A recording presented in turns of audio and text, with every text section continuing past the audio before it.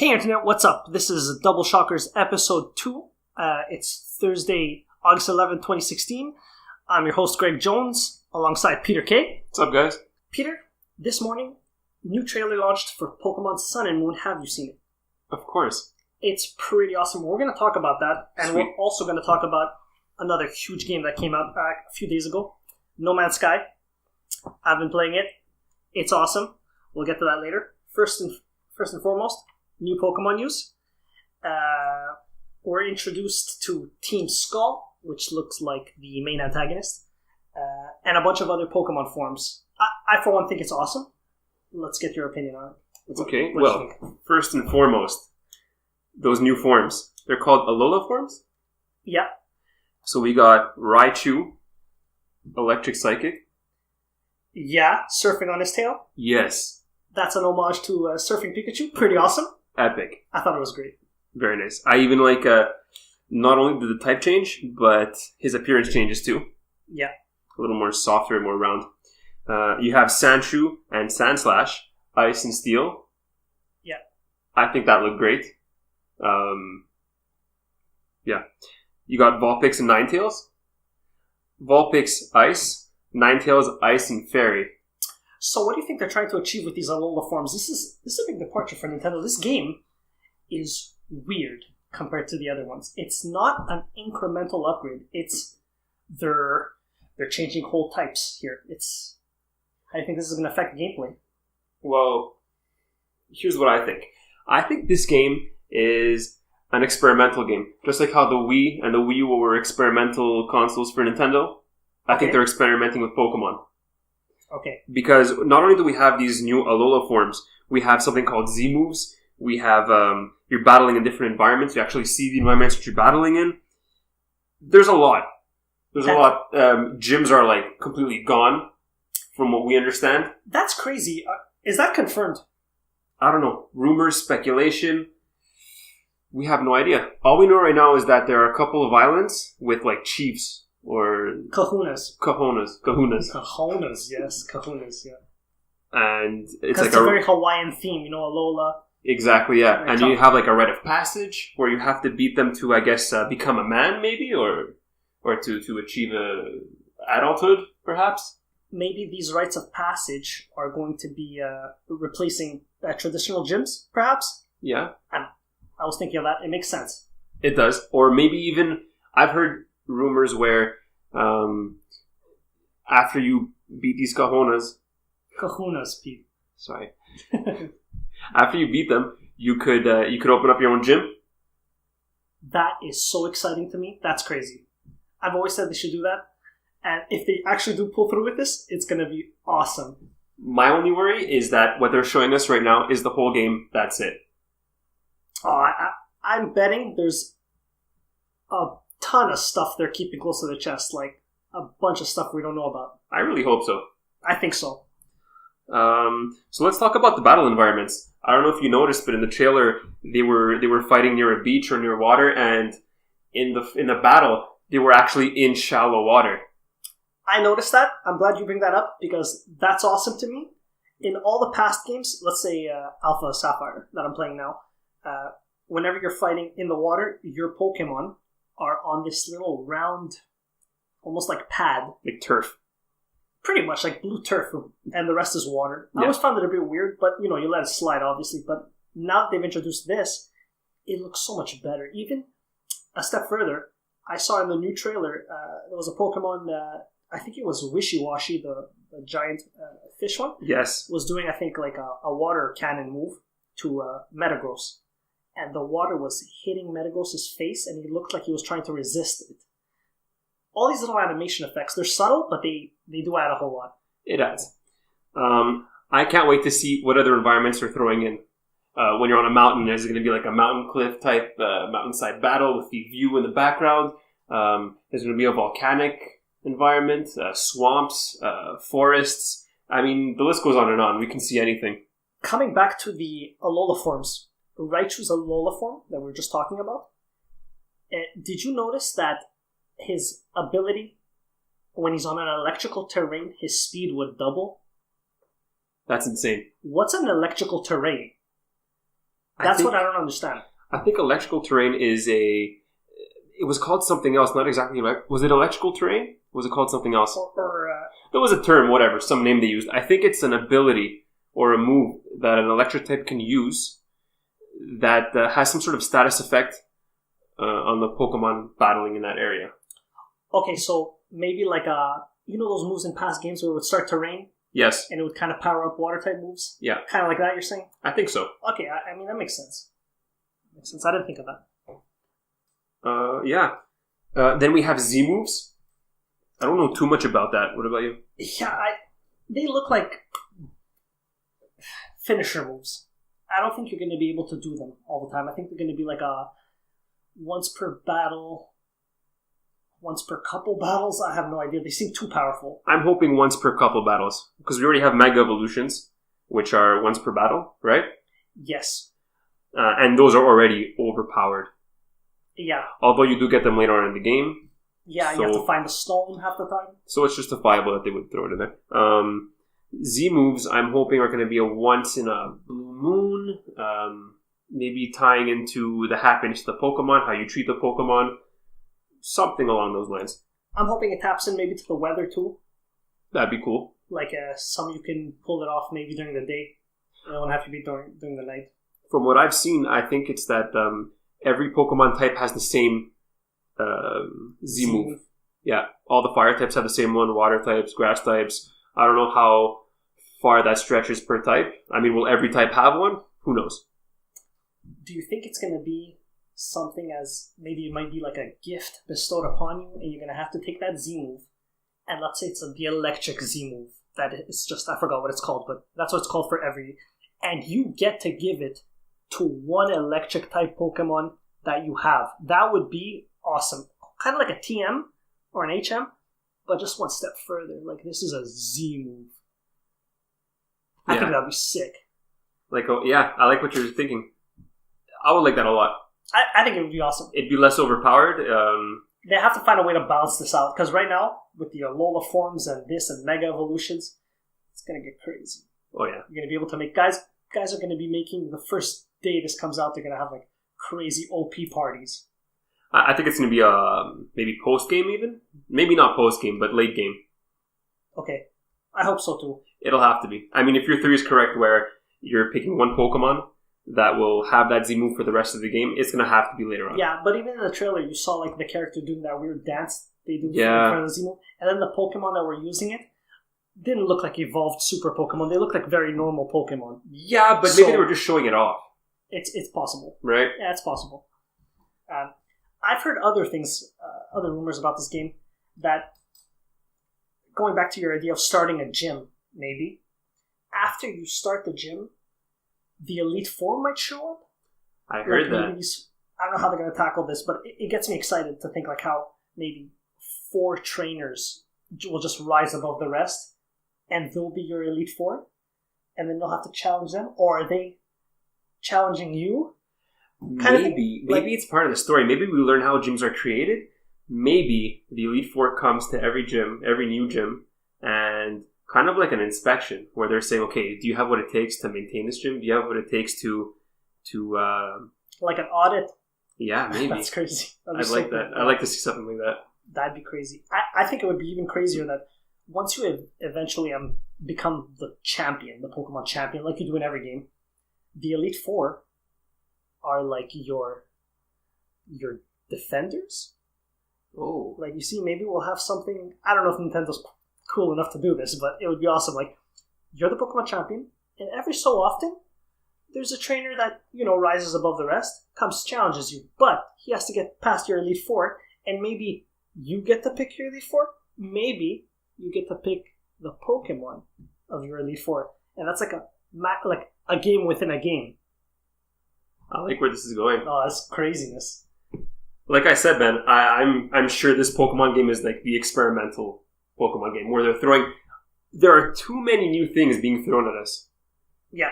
It's unbelievable. I love the Alola forms are giving these Pokemon that we've seen forever just a freaking new coat of paint. It's awesome. Executor.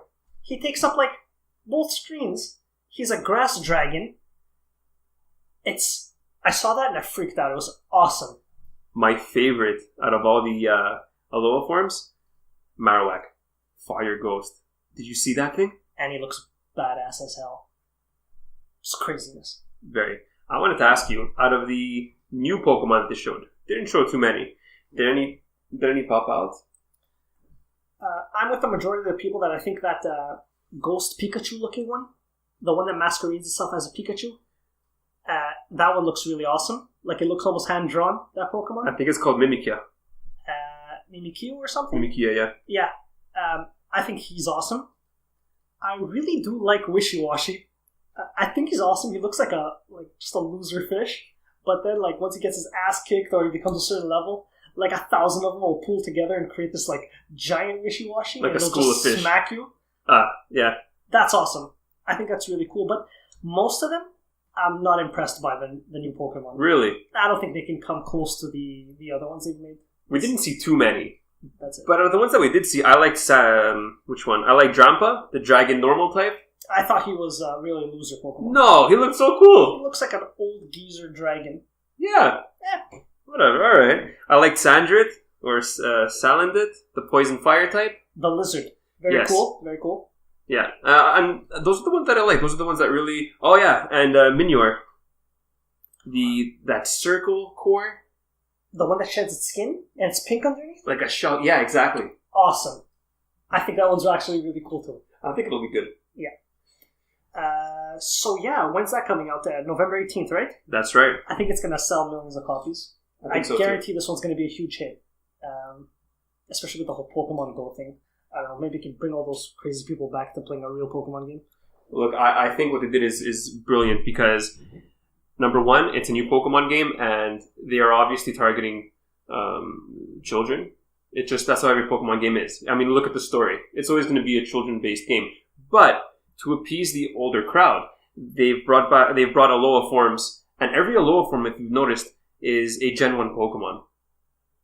I haven't noticed that. Thanks for bringing that up. That's awesome. I didn't know that. Yeah. I legitimately didn't know that. So far. I mean, are they going to have are they going to show other Pokemon with Alola forms that are not Gen 1? Maybe. But from what it looks like to me, they're appeasing to us, to the older crowd. And yeah, just a lot to offer. How do you feel about the new Pokemon? Like, I feel they've been getting away from what Pokemon used to be, which is based on animals on Earth. Basically, they were the inspiration for a lot of these Pokemon. And now they're getting to a lot of almost inanimate objects, I find. Like, take, for example, I think is really cool. He's just been announced, but he's the Sandcastle Pokemon. I forgot his name. I think he's really awesome. I think he's like a ghost ground. But he does look like a sandcastle. I mean, there's other ones that look like snow cones, keys, swords. What do you think of these inanimate objects as Pokemon? So I had an issue with these inanimate objects looking as Pokemon. It just didn't make sense to me. It looked like Nintendo, the Pokemon company, running out of ideas. They didn't know what they were doing, and they just started throwing Pokemon left and right. That made no sense to me. Now, the Sandcastle Pokemon, I think that's kind of cool. Any inanimate object Pokemon that has a ghost type within it, I think that makes a lot of sense. And that's them covering their asses. Yeah. How it's possessed or something? Pretty much, yeah. Yeah. Or it's just hiding itself within, like the sandcastle. It's basically taking the form of the sand. Right? Yeah. But again, it shows like a lack of imagination, lack of ideas. I don't know what to say. But I have a feeling that this new generation of Pokemon, Sun and Moon, is going to really hit it. It's going to be on the ball. Do you think the 4 islands that they've confirmed pretty much, do you think there's going to be anything past that? Maybe post-game you go to another island? Maybe post-game you go back to Kanto? It's hard to say. I don't think so. They've done it with Silver and Gold. I don't think they're doing it again. Why don't they do it again? I don't know. I don't know. I think they should. There are a lot of things they can do. It'd be nice to see the old, Kanto, Johto. It'd be nice to visit all these old places. Are they going to do it? I want to fight Brock again. I want to spank Misty. Ooh. But it's not happening anytime soon. Yeah. On to more Pokemon Sun and Moon news. They revealed Team Skull, which I said before, main antagonists. What do you think about them? They got this very gangster rapper vibe. I'm not digging, but what do you think?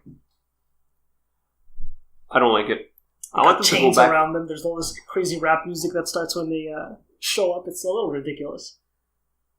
It looks like they're trying to appease to the children. You're right. Like nothing too violent. Team Rocket, gangsterism. That was cool. Yeah, but we were so young. But we were. I don't know. I don't know what to say. It just looked very cool. It was. You had Giovanni. Look, Giovanni's badass, and yes, there has been a fall of how cool the villains are in Pokemon. I feel like the original Elite Four were awesome, and every Elite Four after that, just kind of trying to live up, but they really can't, in my opinion. But this Team Skull, I don't know, it doesn't seem too cool. And I still don't know why they're trying to appease the children. I mean, we've been playing since '98, and we've got grown older. I think they should grow up with us. You would think that they would. I think the game would grow a bit. But look at every Nintendo game. Yeah. They don't grow. I know. Stay the same. It bothers me.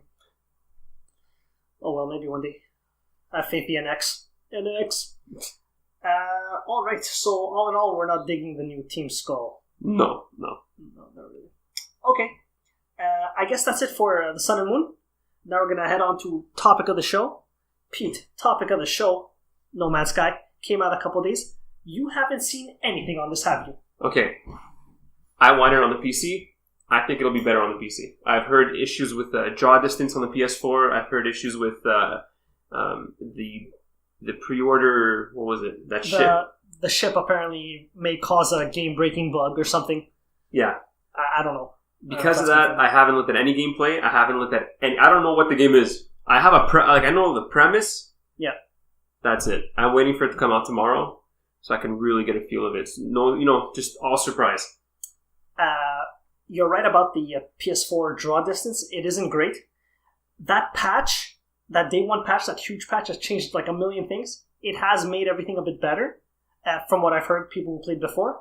But the PC version is going to just run better. I heard this one caps out at 30 FPS, and the PC version is going to go higher. It's going to be smoother. I think it's going to be a better experience with mouse and keyboard. I wanted to ask you, how does it feel with the controller? Look, it feels good. The mouse and keyboard is going to be better. It just is. That's what I'm thinking. Analog is never going to be as smooth as a mouse, and it being first-person shooter, an FPS, at least the perspective, it's going to be better. I'm guessing inventory-wise too. Look, the inventory actually, if we get into it, the inventory size sucks. It's very small. It fills up super quickly. You constantly have to manage it. It's one of the things they're probably going to fix in an update. I find the inventory is too small. But other than that, the user interface is pretty awesome. Everything's pretty smooth. And the game's awesome. 18 quintillion planets, Pete. I don't get how they did it. Yeah, Okay, so you start the game. No, spoilers! No, I'm just saying the basic premise. Okay. You have to get off this space station.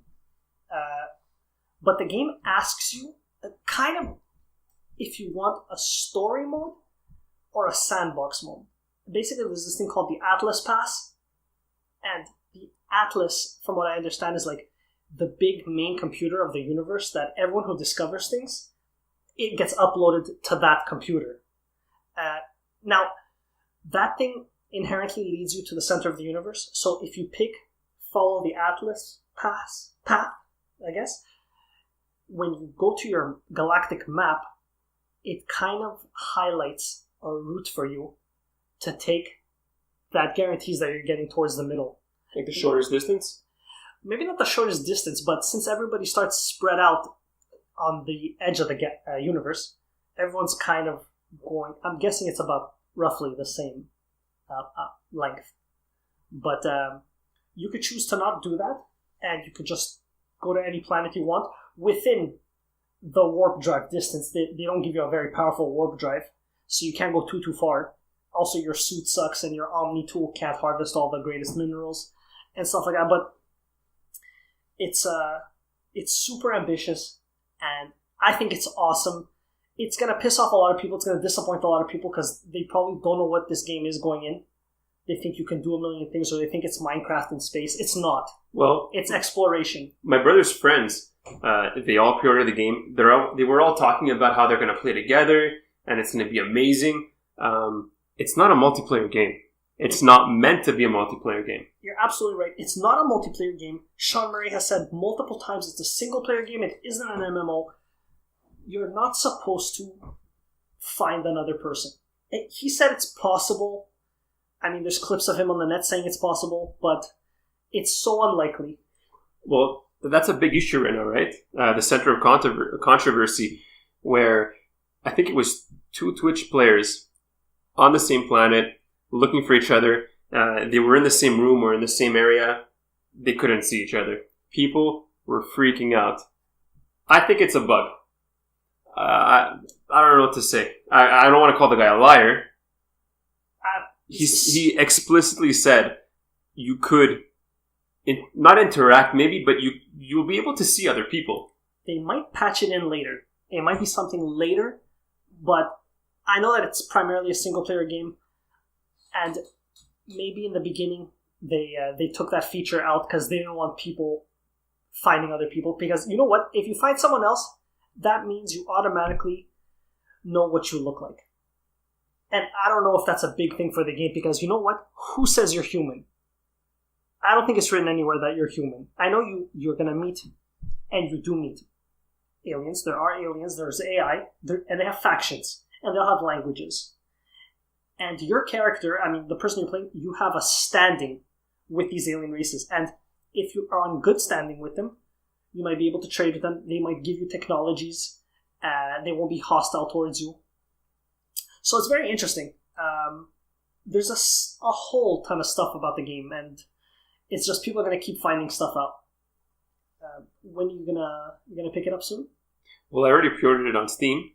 Okay, so you're waiting for it to unlock? Exactly. Very cool, very cool. We're gonna do a let's play on that. Hopefully, maybe a let's play, maybe a live stream. Maybe a quick bite. Yeah, we'll see. It's gonna be a long quick bite. Oh yeah. But yeah, you have any questions? Actually, before you have questions, I have some other stuff to tell you about the game. Did you know you can feed wildlife? I swear. You could feed wildlife. There's some wildlife that if it's not outright hostile towards you, you can feed it. And hold on, if you feed it enough, it might take a shit, and it might shit out super rare minerals.